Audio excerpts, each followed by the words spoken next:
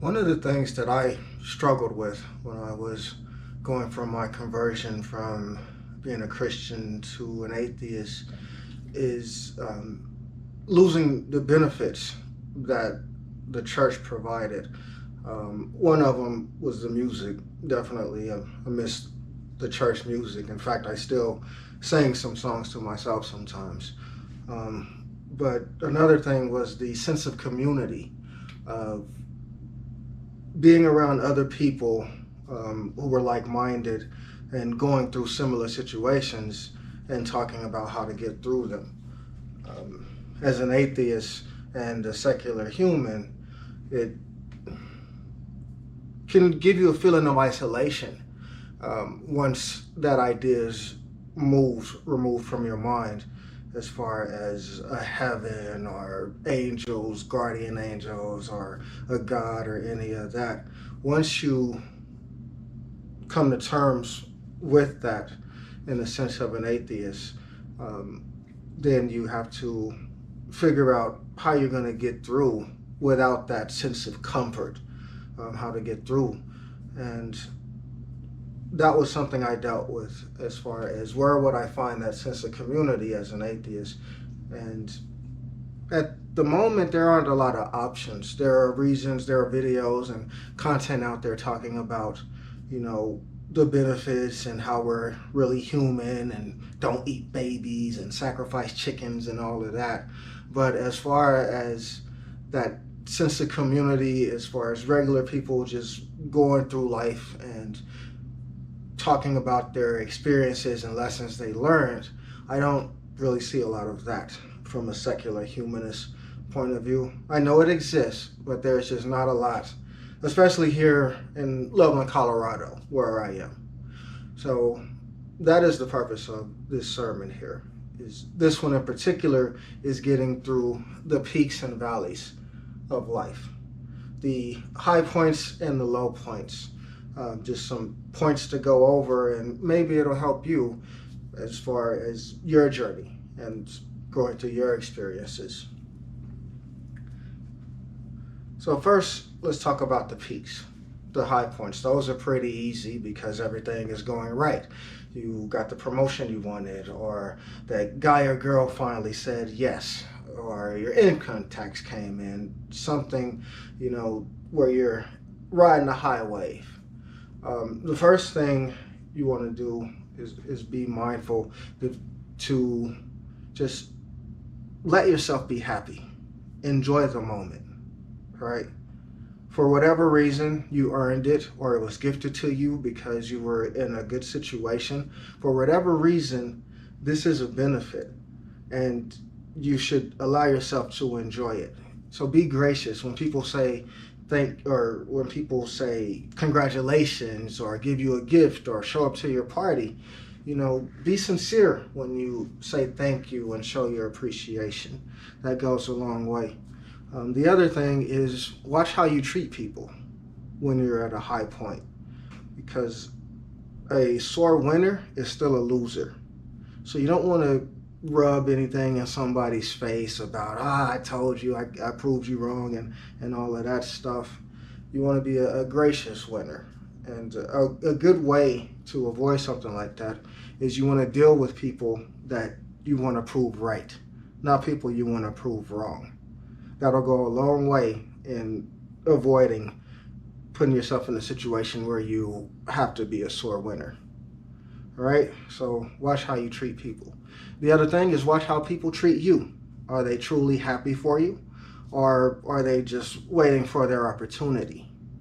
I'll tell you, Key and Peele, that duo that did the comedy skits, I never watched them, never really paid attention to them. It just really wasn't something I was interested in. Until one day I saw a clip of, I'm sorry, I don't really know which one is which, the tall one. He was happy for Jordan Peele. Michael Keegan. I saw Michael Keegan, he was standing on his chair jumping. He was the happiest one for Jordan Peele when he won an award for one of his movies.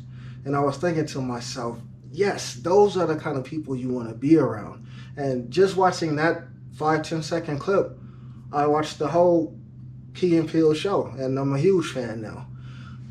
So watch how other people react when they're around you. Are they talking about things you could have done better, or, keeping you grounded, whatever that means? You really don't want to invite people like that to your party or have them sitting at your table, but you got to be able to identify them. So watching how other people act is a good way to identify that. Last point I want to make as far as riding a high wave is you want to be in the moment, bask in it, soak it all in, maybe even take pictures or record a few videos, but still be in the moment. The sights, the sounds, the smells, the smiles on people's faces.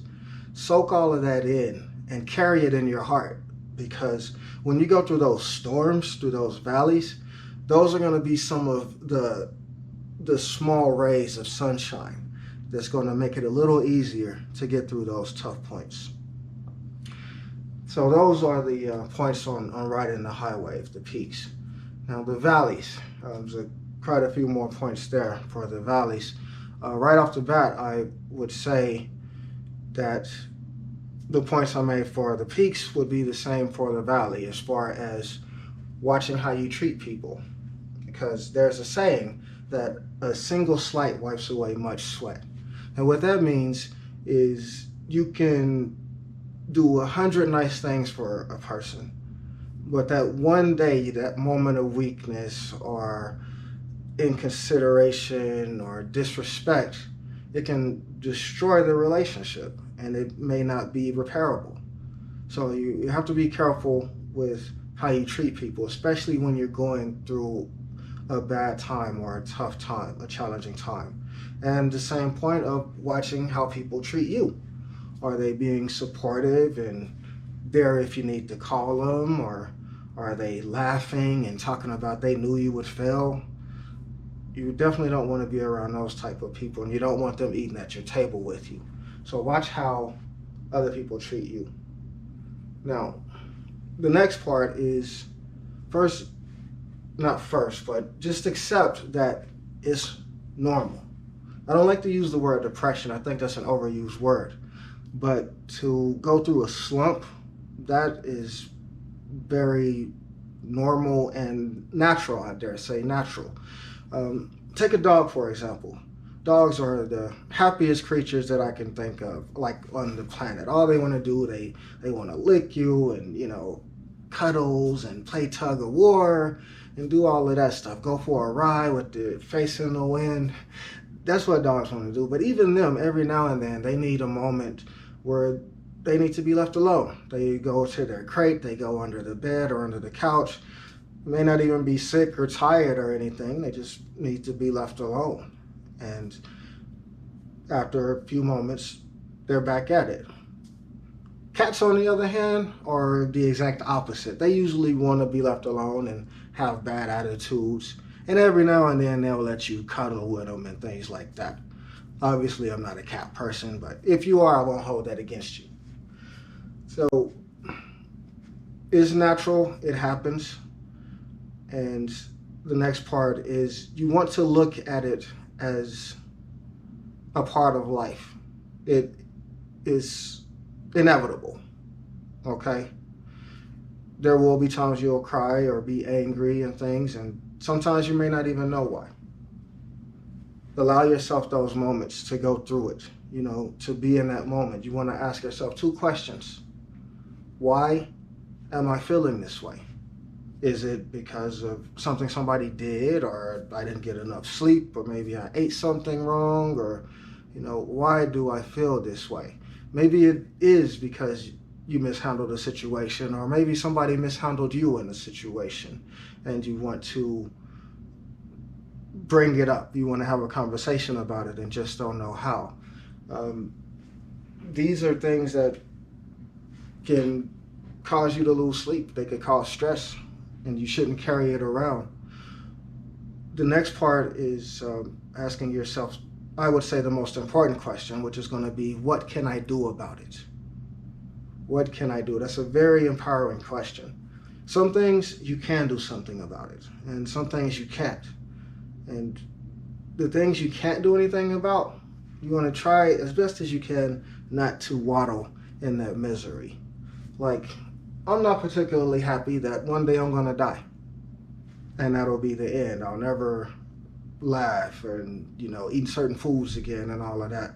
Does that mean I'm going to throw everything away? No. I'm going to enjoy the moment while I can. That's the best I can do, because there's nothing else I can do to live forever. I don't like the fact that I will get old one day, maybe too old to walk around or take care of myself. That doesn't particularly make me happy, but what can I do? Besides try to eat right and exercise and be healthy as long as I can. Those are things I can't do anything about. What about the loss of a loved one? Those are tough. I recently, I guess it wasn't recent, it still feels like yesterday. I guess it was about a year ago. I lost a cousin that I was very close with. We were about 6 or 7 months apart, and we grew in different directions, but we were still very much like brothers. And I lost him, and it feels bad, if I think about the regrets and stuff like that. That's somebody's dog, but that ain't my dog. My dog is right there. He's chilling, just for the record. Hope they're okay.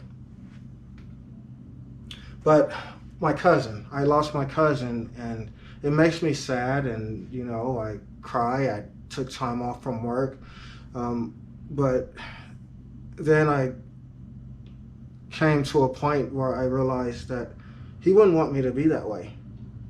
Just like when I leave this world, I don't want people to mourn me to a point where, they're self-harming or hurting other people and things. I want to be missed. I want to be cherished, honored, and things like that. But I also want you to be happy. I want you to move on with your life and find your happiness. And I feel like the loved ones that we lost, they want the same thing. They don't want us to be sad and crying and bitter.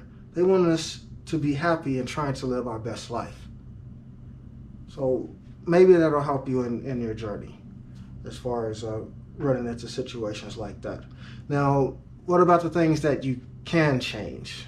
Let's say you do have a habit you need to break, or need to lose weight, or you need to rectify a situation with someone and have to find the right words, or you have a crappy attitude that you need to fix, or you don't know when to be quiet. There are a lot of things to fix, all right?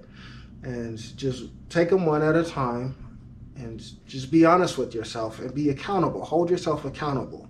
If you really want to make these changes, these are habits that you developed over time, and more than likely it was because you had to do it to survive, right?